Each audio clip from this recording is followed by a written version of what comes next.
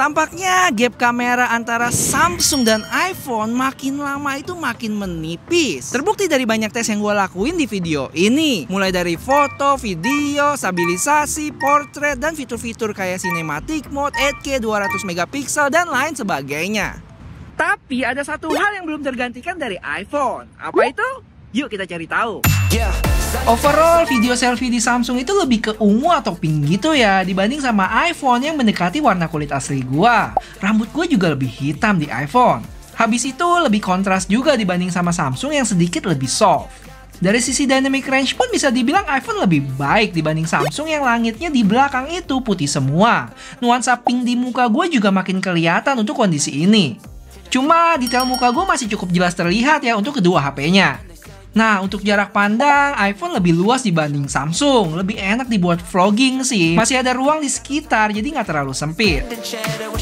Lanjut ke video belakang. Untuk karakter warna, seperti biasa, iPhone lebih ke warm dan Samsung lebih ke cool gitu ya. Sedangkan konsistensi warna cukup baik buat kedua HP ini. Antara lensa ultra wide dan wide-nya. Cuma emang transisinya lebih mulus di iPhone nih. Sedangkan lensa wide dan telenya terjadi perubahan warna. Dan lagi-lagi nilai plus di iPhone, transisinya sedikit lebih mulus. Habis itu untuk zoom telefoto 3 kalinya masih sama-sama baik, bisa dilihat di sini. Lanjut ke telefoto kedua Samsung yaitu yang 10 kali dan zoom mentok di iPhone 9 kali, kualitasnya sedikit lebih baik di Samsung. Cuman iPhone lebih terangan aja. Tapi saat kita turunin biar sama-sama 9 kali, barulah terlihat penurunan kualitas di Samsung. Karena yang terjadi itu dia pakai lensa 3 kali telefoto yang di crop jadi 9 kali. Nah, jangan salah, resolusi 8K ini bukan artinya 2 kali dari 4K ya. Tapi 8K ini bisa memberikan 4 kali lebih banyak pixel dari 4K. Yang mana kalau kita crop gambarnya di Samsung masih lebih jelas ya. Jadi kita bisa lebih fleksibel aja buat dapat angle-angle yang kita inginkan. Dan di samping itu, stabilisasi 8K di Samsung ini udah the next level ya. Gue baru pertama kali nih punya HP 8K, tapi pas diajak jalan mulus banget. Dan masih bisa di zoom juga sampai maksimal 6 kali. Sadis sih ini. Oh ya, buat FPS-nya juga sekarang support 30 FPS dibanding sebelumnya yang cuma 24 aja. Dan viewing angle-nya juga lebih luas dibanding S22 Ultra. Nah, untuk stabilisasi harus diakui Samsung lebih baik. Mulai dari lensa ultra wide-nya yang benar-benar stabil saat gue coba turun tangga. Sampai lensa wide-nya yang minim goncangan saat naik tangga. Bahkan lensa telenya pun kebagian stabilisasi. Yang mana di iPhone nggak ada ya, sehingga berasa gempa. Terakhir ini tes ekstrim lari dengan action mode on di iPhone dan super steady di Samsung. Gimana menurut kalian hasilnya? Untuk portrait atau cinematic video lebih rapi di Samsung ya. Terlihat kalau ada celah-celah kecil di antara lengan dan badan, bokeh di iPhone hilang. Sedangkan Samsung masih bisa ngeblur di bagian sana. Bagian luar rambut pun ada sedikit kena blur ya di iPhone. Sedangkan di Samsung lebih minim, jadi overall lebih baik. Cuma dari sisi gambar lebih kontras di iPhone ya, jadi terlihat lebih tajam dibanding Samsung yang cenderung soft. Salah satu fitur yang paling penting menurut gua dan ada di Samsung ini adalah dia bisa pindah lensa dari depan ke belakang. Sayangnya iPhone nggak ada nih guys. Ya, walaupun untuk perpindahannya masih ada sepersekian detik kayak keputus gitu, tapi mendingan lah daripada nggak sama sekali. Emang bener nih kamera iPhone terlalu jujur. Beda sama Samsung yang walaupun beauty-nya udah gue matiin, tapi tetap dibikin kinclong mukanya. Hasilnya bener-bener glowing. Dan jujur lihat foto di Samsung ini, aku jadi makin cinta sama istriku. Buat jarak pandang 3 kalinya iPhone itu lebih zoom ya dibanding Samsung. Karena emang secara focal length-nya beda ya. 70 di Samsung dan 77 di iPhone. Untuk pemisahan objek dengan background, ini plus minus sih. Untuk rambut-rambut tipis di iPhone bakal dipotong gitu. Tapi transisinya cukup halus. Misalnya rambut di bawah sini. Tapi kalau Samsung, rambut tipis-tipisnya masih dipertahanin. Cuman area di sekitar sana beserta celah-celahnya nggak kena blur. Terus kalau portrait indoor di Samsung warna kulit lebih keluar ya, sedangkan iPhone mendekati natural. Nah, kalau kondisi agak redup, noise-nya cukup berasa di iPhone. Gimana pas malam hari? Bikin merinding. Nanti gue tunjukin di belakang. Untuk zoom 2 kali di Samsung, gua kira bakal ikutin jejak iPhone atau Google yang bakal ambil dari hasil crop full resolusi sensor utamanya. Tapi kalau dilihat hasilnya, tampaknya cuman hasil digital zoom dari 1 kali doang sih. Ya semoga aja ke depannya S23 Ultra ini bisa terapin metode ini, jadi bisa menghasilkan foto 2 kali yang lebih detail. Gimana dengan shutter lag-nya, Bang? Sebelumnya teman-teman mesti tahu dulu nih, kalau shutter lag itu terjadi karena di belakang layar, sekali jepret itu dia bakal ambil banyak frame sekaligus. Dan nantinya digabungin buat mendapatkan hasil gambar yang maksimal. Apakah kejadian di Samsung? Yes, jadi dalam 6 detik gua pencet terus-terusan, di Samsung itu total dapat 14 foto dibanding iPhone 25. Terus pertanyaannya, apakah hasil fotonya jadi telat? Iya, tapi nggak signifikan. Jadi gue ambil foto secara berbarengan di jalan sini nih, dan hasilnya selisihnya sih tipis banget. Dan ingat ya, ini dengan kondisi kendaraan yang jalan cukup cepat. Sebenarnya kalau shutternya mau dibikin cepat, ada caranya kok. Kalian bisa install kamera assistant, terus ke menu capture speed, dan pilih aja prioritas speed.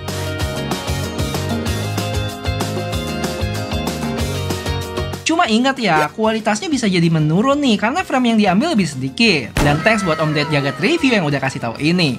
Buat foto selfie mirip kayak videonya ya, agak pink atau ungu gitu. iPhone lebih mendekati asli. Untuk detail muka sih mirip-mirip, cuma beda di warna aja. Dan itu kalau di outdoor, kalau indoor lebih tersamarkan warna pinknya. BTW perhatiin deh, bokeh di Samsung ini lebih berasa ya dibanding iPhone tuh. Dan lampu M di belakang warnanya juga lebih akurat. Mantep sih Samsung. Untuk dynamic range dengan kondisi backlight gitu, di iPhone nggak segan-segan buat putihin langitnya sih. Beda dengan Samsung yang lebih balance aja. Apakah megapiksel di Samsung cuman gimmick? Gimana kalau dibandingin sama iPhone?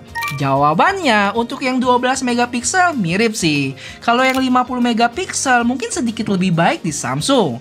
Sedangkan 200 megapiksel jelas lebih baik dari 50 megapikselnya ya. Dan ini juga gue bandingin lagi sama 48 megapikselnya iPhone.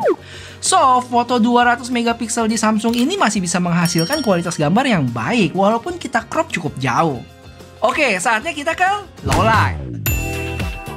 Keakuratan warna lebih ke Samsung. Bisa dilihat dari logo Bank of China ini yang aslinya warna merah ya. Sedangkan iPhone jadi orange gitu. Habis itu lanjut ke gedung Fullerton Hotel yang lebih masuk juga di Samsung dengan warna kuningnya ini. Sedangkan iPhone udah nggak dapet, dia lebih ke putih. Sedangkan overall gedungnya juga lebih mendekati Samsung sih dengan nuansa warm-warm gitu dan shadow atau area gelapnya juga dibikin lebih realistis. Sedangkan iPhone agak pucet dia. Nah, buat flare-nya nggak usah ditanyain lagi, berasa banget dan udah cukup ngeganggu sih di iPhone. Sedangkan Samsung hampir nggak kelihatan sama sekali. Ya ada sih, tipis aja. Emang kayaknya udah kutukan iPhone ini mah. Lanjut pindah ke ultrawide yang tentu kualitasnya menurun untuk kedua HP ini. Tapi kalau dilihat lebih detail, gue bisa bilang Samsung masih lebih baik.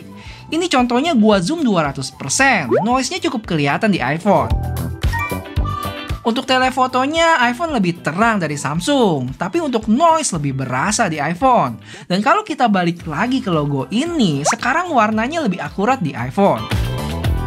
Cuman secara overall, buat gue masih lebih enak dilihat di Samsung sih, yang nuansa malamnya masih dapat. Sedangkan video selfie kamera depan tampaknya cukup keok Samsung. Noise-nya berasa banget dan warna pink atau ungu yang kita bahas di awal juga keluar lagi di sini. Secara dynamic range juga kurang ya. Cahaya-cahaya di belakangnya itu nggak bisa dihandle dengan baik. Cuma ini buat kondisi yang bener-bener minim cahaya. Kalau terangan dikit masih oke buat dilihat kok. Dan mungkin teman-teman mikir, kotor tuh lensanya. Dan biar tidak ada dusta di antara kita, gue bersihin lagi nih. Dan hasilnya masih sama. Walaupun sama-sama ada noise, tapi iPhone lebih clear aja gambarnya. Buat cinematic mode low light, kadang di iPhone bisa nggak kedetek gitu ya. Jadi dari 3 scene ini, 2 itu nggak kedetek dan 1 baru kedetek. Sedangkan Samsung nggak ada masalah sama sekali. Untuk stabilisasi lebih baik di Samsung, sedangkan iPhone berasa gempa. Buat jitter sama-sama ada di kedua HP ini.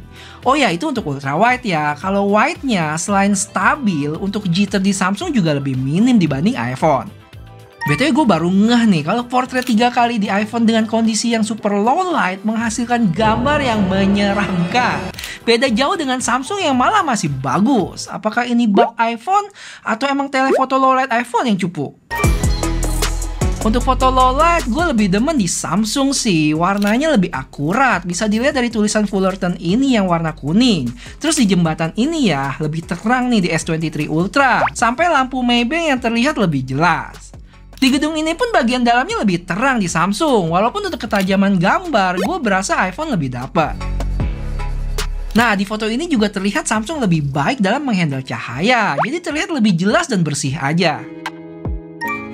Dari sisi night mode, Samsung bisa lebih rata ya menerangkan area gelapnya. Bisa dilihat di bagian bawah sini.